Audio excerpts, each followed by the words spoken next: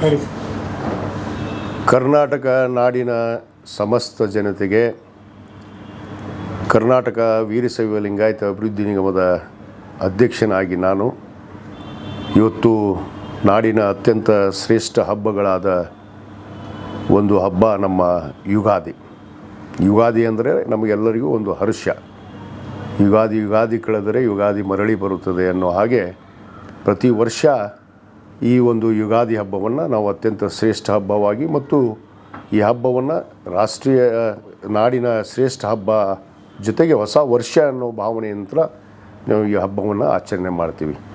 ನಮ್ಮ ಭಾರತ ದೇಶದ ಒಂದು ಸಿದ್ಧಾಂತದ ಅನುಗುಣವಾಗಿ ನಾವು ಯುಗಾದಿಯನ್ನು ಹೊಸ ವರ್ಷವಾಗಿ ನಾವು ಇವತ್ತು ಪರಿಗಣಿಸುವಂಥದ್ದು. ಆದ ಕಾರಣ ನಾನು ನಾಡಿನ ಸಮಸ್ತ ಜನತೆಗೆ ಈ ಯುಗಾದಿಯ ಹೊಸ ವರ್ಷದ ಶುಭಾಶಯಗಳನ್ನು ಕೋರುತ್ತಾ ಇದೇ 19ನೇ ತಾರೀಕು ಈ ನಾಡಿನ ಈ ಒಂದು ಯುಗಾದಿ ಹಬ್ಬವನ್ನು ಸಂಭ್ರಮದಿಂದ ಆಚರಣೆ ಮಾಡೋದ್ರ ಜೊತೆಗೆ ನಮ್ಮ ನಾಡಿನ ಇನ್ನೊಂದು ಪವಿತ್ರವಾದ ಶ್ರೇಷ್ಠವಾದ ಹಬ್ಬ ತಿಂಗಳ ಪರ್ಯಂತ ಏನು ಮಾನವ ಕುಲದ ವಿಮೋಚನೆಗೆ ಮತ್ತು ಮಾನವ ಕುಲದ ಕಲ್ಯಾಣಕ್ಕಾಗಿ ಇವತ್ತೇನು ಒಂದು ತಿಂಗಳ ಉಪವಾಸವನ್ನು ಆಚರಣೆ ಮಾಡಿ ಇವತ್ತು ರಂಜಾನ್ ಹಬ್ಬವನ್ನು ಆಚರಣೆ ಮಾಡ್ತಿರುವಂಥ ನಮ್ಮ ನಾಡಿನ ಮುಸ್ಲಿಂ ಬಂಧುಗಳಿಗೂ ಕೂಡ ರಂಜಾನ್ ಹಬ್ಬದ ಶುಭಾಶಯಗಳನ್ನು ಕೂಡ ಈ ಸಂದರ್ಭದಲ್ಲಿ ಕೋರ್ತೇನೆ.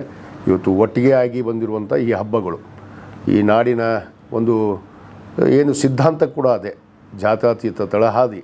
ಆ ಜಾತ್ಯತೀತ ತಳಹಾದಿ ಮೇಲೆ ನಾವು ನಾಡಿನ ಎಲ್ಲ ಶ್ರೇಷ್ಠ ಹಬ್ಬಗಳನ್ನು ಇವತ್ತು ಯುಗಾದಿ ಆಗಿರ್ಬೋದು, ರಂಜಾನ್ ಆಗಿರ್ಬೋದು, ಇವತ್ತು ದೀಪಾವಳಿ ಆಗಿರ್ಬೋದು, ಎಲ್ಲ ಹಬ್ಬಗಳನ್ನು ನಾವು ಎಲ್ಲರೂ ಕೂಡಿ ಆಚರಣೆ ಮಾಡುವಂಥದ್ದು ಇದು ನಮ್ಮ ನಡೆದು ಬಂದ ದಾರಿ.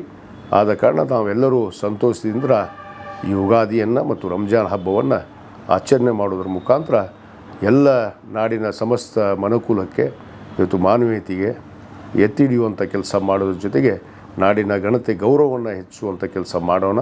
ಮತ್ತೊಮ್ಮೆ ತಮಗೆಲ್ಲರಿಗೂ ಯುಗಾದಿಯ ಹೊಸ ವರ್ಷದ ಶುಭಾಶಯಗಳು ಮತ್ತು ರಂಜಾನ್ ಹಬ್ಬದ ಶುಭಾಶಯಗಳನ್ನು ಇವತ್ತು ನನ್ನ ವತಿಯಿಂದ ವೈಯಕ್ತಿಕವಾಗಿ ತಮಗೆಲ್ಲರಿಗೂ ಹಾರೈಸೋಕ್ಕೆ ಇಚ್ಛೆ ಪಡ್ತೇನೆ. ಶರಣು ಶರಣಾರ್ಥಿಗಳು.